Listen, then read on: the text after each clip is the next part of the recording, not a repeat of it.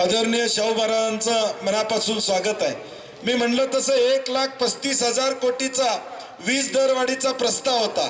आम्ही त्याला विरोध केला। महापालिकेची निवडणूक असताना सुद्धा मी गेलो आणि त्याला विरोध केला, कारण की आता तुमच्या सगळ्यांचं किमान वीज ही 15 ते 20% या ठिकाणी उद्याच्या भविष्य काळात वाढणार आहे। उद्याच्या भविष्य काळात 15 ते 20% लाईटचं बिल वाढणार आहे। ह्याला जबाबदार कोण? तर राज्यातलं भाजपचं सरकार आहे। हे आपण मतदान करताना त्या ठिकाणी लक्षात ठेवलं पाहिजे। मग तुमचं डबल इंजिन आमच्यासाठी काय कामाचं? हे सुनावणी झाली, त्या अधिकाऱ्यांनी राजीनामा दिला, निकाल कदाचित ग्राहकाच्या बाजूने म्हणजे तुमच्या आमच्या बाजूने लागणार म्हणून सरकारने त्यांना राजीनामा द्यायला लावला।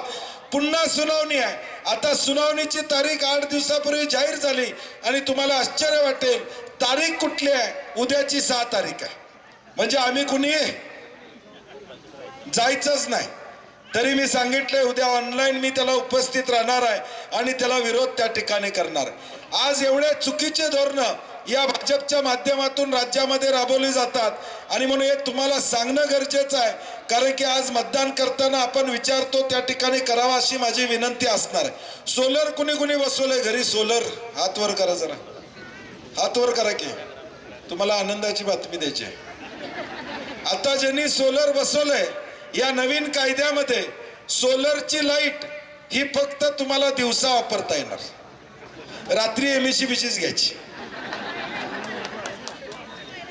म्हणजे आता कायदा सोलरची लाईट तुमच्या घरावर सोलर बसवलाय, 5-25 हजार आम्ही खर्च केलेत, त्याला अनुदान 4-5 हजार मिळाले असतील, परंतु ती लाईट सूर्याची किरणं येतात त्यातून लाईट तयार होते, ती सुद्धा आमच्या घरात आम्ही वापरायची नाही, दिवसाच वापरायची, रात्री एमएससीबीचीच घ्यायची। आता सूर्यावर बी आधी 7-12 लावतात का भाजपवाले मला माहित नाही। आता आता सूर्यावर सुद्धा ह्यांचा 7-12 लागतोय का? म्हणजे आज जे सोलर बसवलेत ते सुद्धा लोक आता त्यांना अडचण येणार आहेत आणि या सगळ्याच्या विरोधात बंटी पाटील हा ताकदीने या ठिकाणी विरोध करतोय। हे तुमच्यासाठी करतोय, माझ्यासाठी या ठिकाणी करत। ही लढाई जो बंटी पाटील लढतोय ती माझ्या स्वतःसाठी नाही तर तुमच्यासाठी ही लढाई आहे, हे आपण लक्षात ठेवलं पाहिजे। आणि म्हणून आपण बघितलं असेल कोल्हापूर महापालिकेमध्ये सुद्धा कोल्हापुरातल्या जनतेनं आदरणीय शाहू महाराजांच्या नेतृत्वाखाली कोण म्हणत होतं येणार नाही, काय होणार नाही, 400 इच्छुक होते, त्यातल्या सगळ्यांना घेऊन लढाई केली। मतदानाच्या आधी 8 दिवस या जिल्ह्यातले एक विद्वान खासदार आहेत राज्यसभेवर विद्वान जातात असं आपल्याला वाटत होतं। ते राज्यसभेचे खासदार काय म्हणले? बंटी पाटलांचे लई ते लई 4 नगरसेवक निवडून येतील, लई ते लई 4 येतील। तो 30 लावायचं विसरला, माग 34 आले। म्हणजे जो संघर्ष कोल्हापूर शहरामध्ये आम्ही केला सामान्य माणसांसाठी, त्या कोल्हापुरातल्या लोकांनी एकटा लढाई करत असताना या ठिकाणी 34 नगरसेवक आदरणीय महाराजांनी माझ्या नेतृत्वाखाली या ठिकाणी दिले। काय होतं? एका बाजूला सगळी सत्ता होती, सत्तेतले सगळे होते, मुख्यमंत्री आले, उपमुख्यमंत्री आले, सगळे आले, त्या सगळ्यांना माहित होतं की हा एकटा भारी पडणार म्हणून एकत्र लढले, हा एकटा भारी पडणार म्हणून एकत्र लढले। त्यांनी या ठिकाणी युती केली कोल्हापूर महापालिकेमध्ये। आज जिल्हा परिषद मध्ये बघतोय ते वेगळे लढतायत, दक्षिण मध्ये मात्र त्यांनी युती केलेली आहे, कारण की तुमची ताकद कार्यकर्त्यांची मोठी आहे हे त्यांना निश्चितपणे या ठिकाणी माहित। आणि म्हणून आज आपल्याला एक निर्णायक भूमिका घ्यावी लागेल। आज या पाचगाव मतदारसंघामध्ये मी फार बोलणार नाही, अजून माझ्या 4 सभा आहेत, त्यामुळे मला 10 वाजेपर्यंत 4 सभा आवरायच्या आहेत, त्यामुळे मी फार वेळ बोलणार नाही, माझ्यानंतर आदरणीय महाराज बोलणार आहेत। परंतु आज पाचगाव मधली परिस्थिती काय हो? संग्राम पाटलांसारखा एक सामान्य कार्यकर्ता या उमेदवार या ठिकाणी आहे, कुठेही या ठिकाणी अवैध व्यवसाय नाही आहे, कुठेही या ठिकाणी चुकीचं काम त्या ठिकाणी नाही आहे। मला कळत नाही की ज्या गाडगिळाने भिकाजी ना बिचाऱ्यानं आमच्या विरोधात एवढं ताकदीनं इथं किल्ला रवळला, त्या गाडगीळ कुटुंबाला सुद्धा तिकीट दिलं नाही ना, मला वाटते।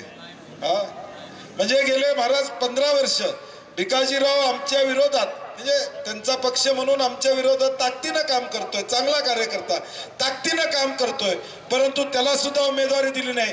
उमेदवारी कुणाला दिली? दहशत पसरवणाऱ्याला दिली. उमेदवारी कुणाला दिली? उद्या पाचगावमध्ये दंगा करणाऱ्यांना या ठिकाणी दिली. उमेदवारी कुणाला दिली? जे जेलमध्ये होते त्यांना या ठिकाणी उमेदवारी दिलेली आहे.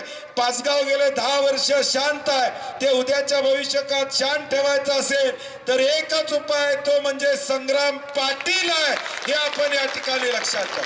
या पाचगाव मधली शांतता भंग करायची नसेल, या पाचगावला जे स्वरूप मागच्या काळामध्ये आलं होतं ते या ठिकाणी आपल्याला थांबवायचं असेल तर हाच एक उमेदवार आहे, नम्र उमेदवार आहे, तुम्हाला बरोबर घेऊन जाणारा उमेदवार आहे, कुणाला अरे रवीनं या ठिकाणी बोलणार नाही. हा पाटील असला तरी या ठिकाणी साधा आहे, माझ्यासारखा आगाव नाही, साधा आहे.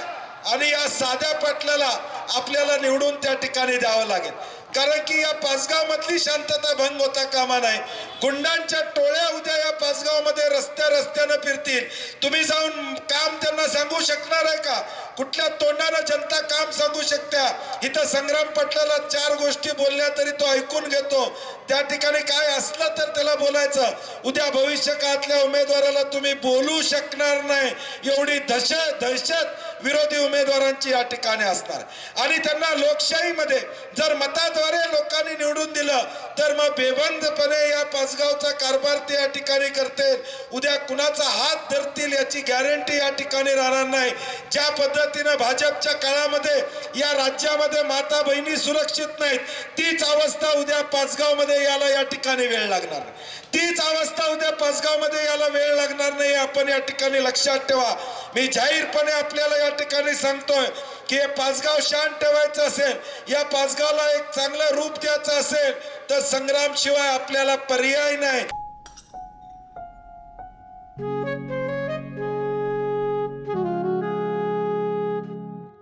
बाबा, आज येताना बासुंदी घेऊन या ना.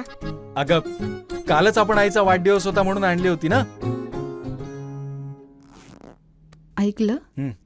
गोकुळची बासुंदी पुन्हा खावीशी वाटतेय.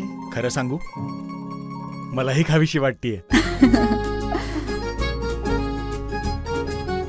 पुन्हा पुन्हा खावीशी वाटणारी गोकुळ बासुंदी.